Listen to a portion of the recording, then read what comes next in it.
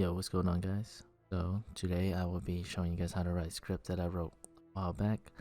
I used this script back in the rev caves whenever peers used to bring out a lot of +1s. Nowadays they don't, and we haven't PK'd in a while, so I'm just gonna show you guys how it's written. But for this purpose, it's not for rev caves. It's just to be scouting out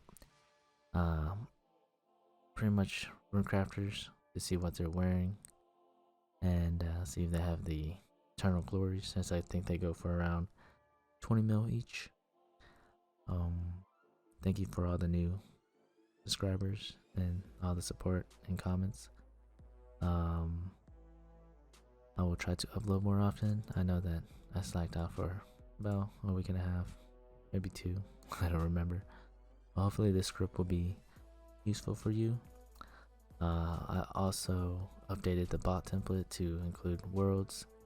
Make sure you guys always double check these worlds, because jagex do get rid of worlds, change worlds, so remember that. I also created to where when the bot starts it gets your current world. Then I also added the hop method, because I'm sure most of these bots that you guys will be writing will require some kind of hopping mechanism, so that will be there for you guys to use.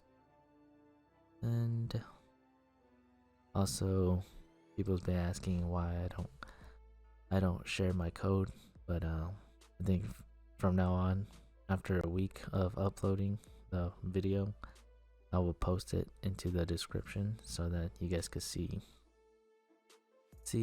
what you guys messed up on, or for those who didn't want to actually learn how to do the code, you guys could use it as well.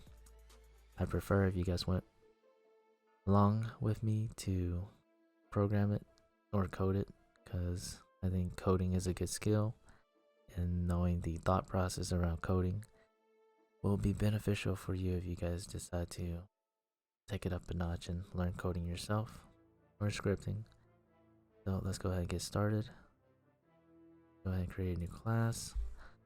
We'll be calling this one Scouting Bot. Copy your whole template, paste it here, change it to Scouting Bot, and change the name. Go ahead and change the name as well. So the two states we will be using is going to be hopping and scouting. Pretty simple. Two states. So our if statements, we will write it here. So I'm gonna make it where my bot sits there for about 4 minutes before it hops, to ensure that you get pretty much everybody. Not only that, right now they have that hopping limit, so you don't want to hop too often. Even if you do it 4 minutes, you will probably soon enough get kicked. So just keep that in mind, because that will disconnect you from all your devices to RuneScape. So, or if you try to log in, if you're already logged in, don't matter. So we'll do if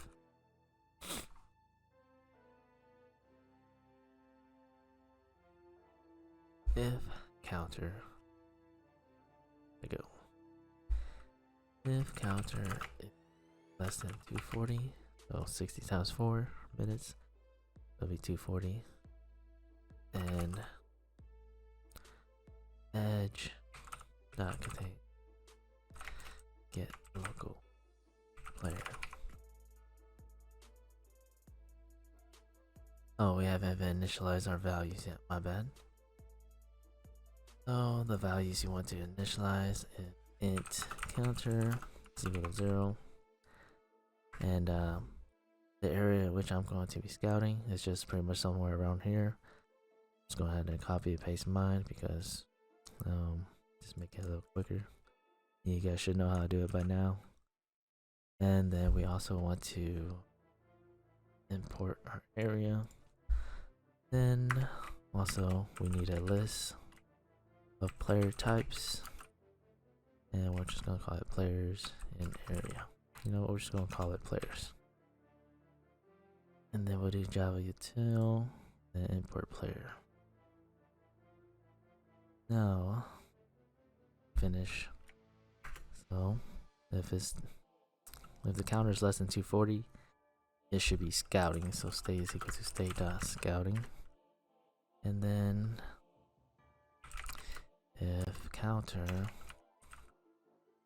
is greater than or equal to 240, and also edge contains our player, and we also want to hop as well.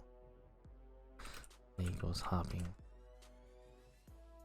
Pretty simple stuff. So go ahead and write our case statements.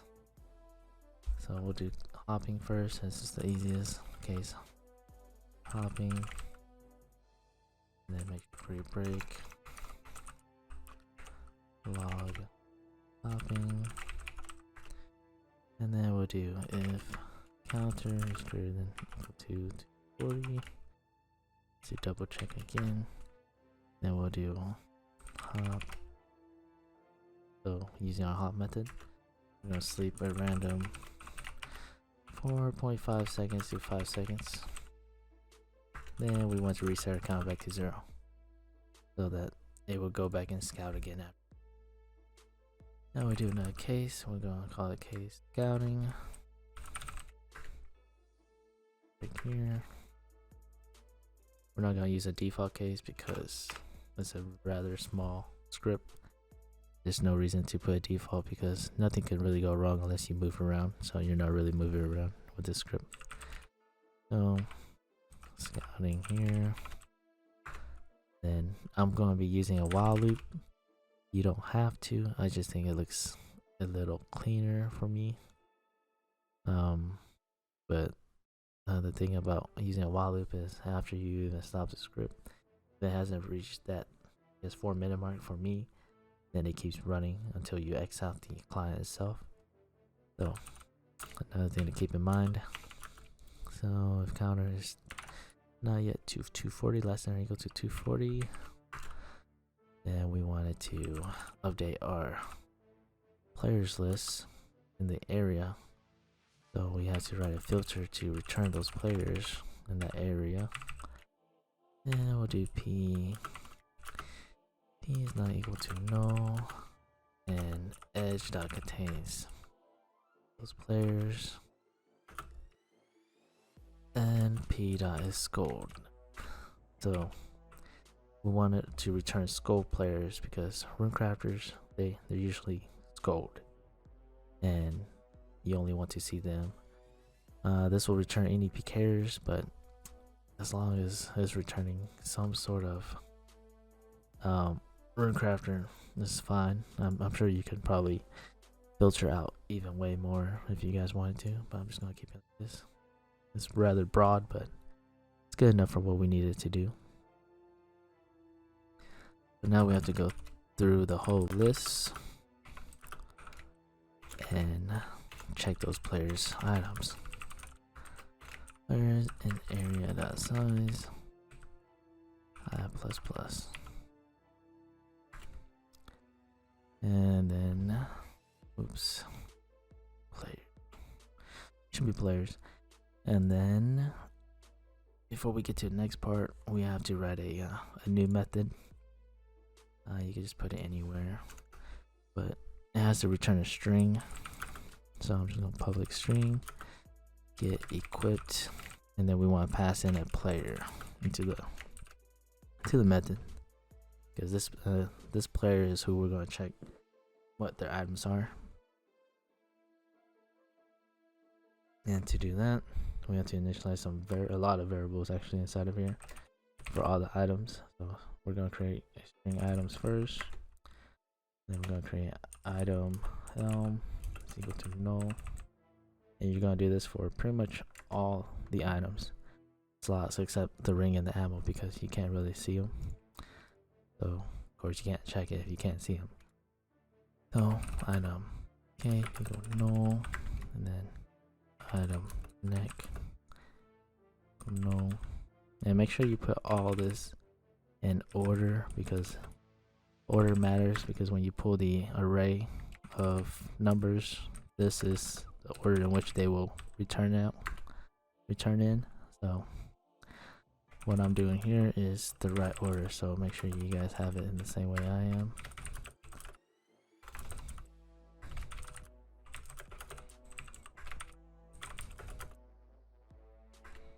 Alright, so now once you have everything, make sure you import your items.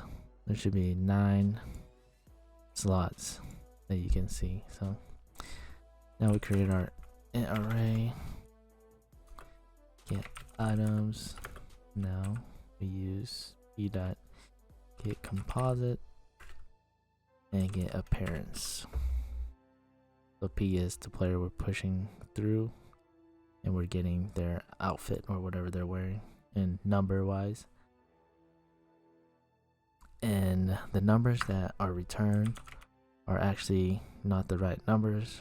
They're actually 512 greater than the actual ID number. So we have to subtract that from all those numbers to get the right ID. So we have to go through that whole array. So I equals 0. I is less than get items not linked.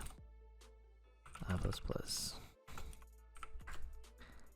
So if get items minus 512 is greater than 0. So here we're just checking to make sure that we are not gonna get a negative number, because negative numbers I think is a no-no.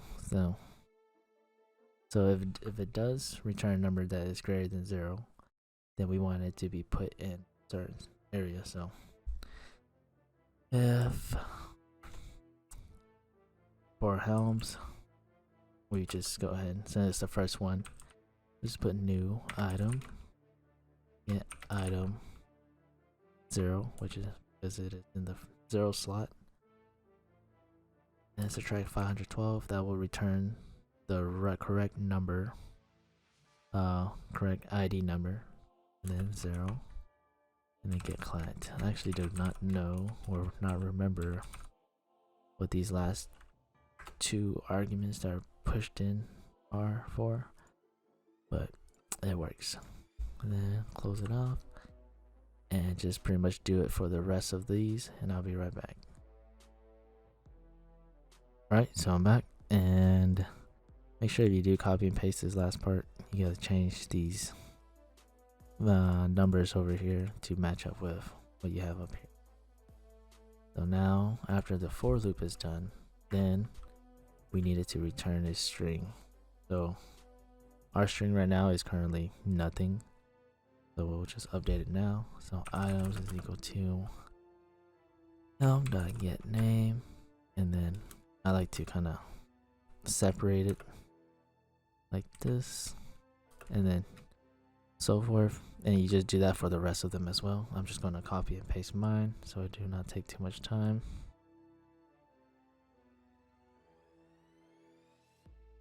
And so once you have that, then you just want to return items. So that's pretty much it for that method. Then go back up here. Now what we want to do is we want to log into the console what the player's name is. So players get name. So that will return the name, and then do this, separate it, and then we want to get equipped, and we want to pass in our players or the player's name. So get I here.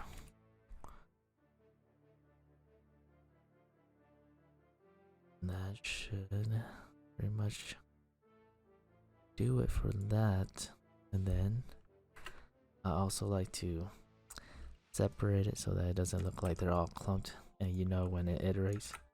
I'm just gonna put a log and dash throughout.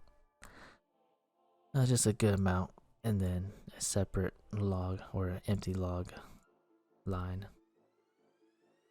And then after that, you want to sleep 1 second, and then also increment counter up 1 second or 1, so that once it hits 240, then it knows when to hop.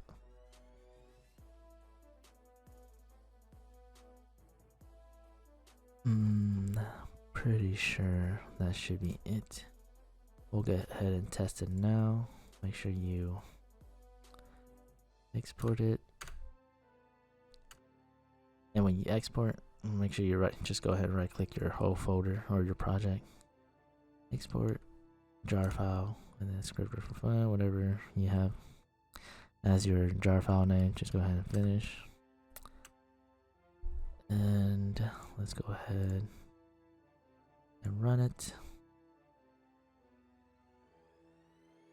So as you see, all these people are skulled. This is what they are wearing. So it seems like it's working rather well. There's a good amount of people here, so you see how there's some empty spots. It just means they're not wearing anything. So that is pretty much the script. Hope you guys enjoyed. Please leave me a like, comment, and subscribe if you haven't, if you made it this far. And I will be releasing the script in a week. And I'll see you guys next time. Good luck, have fun, be safe.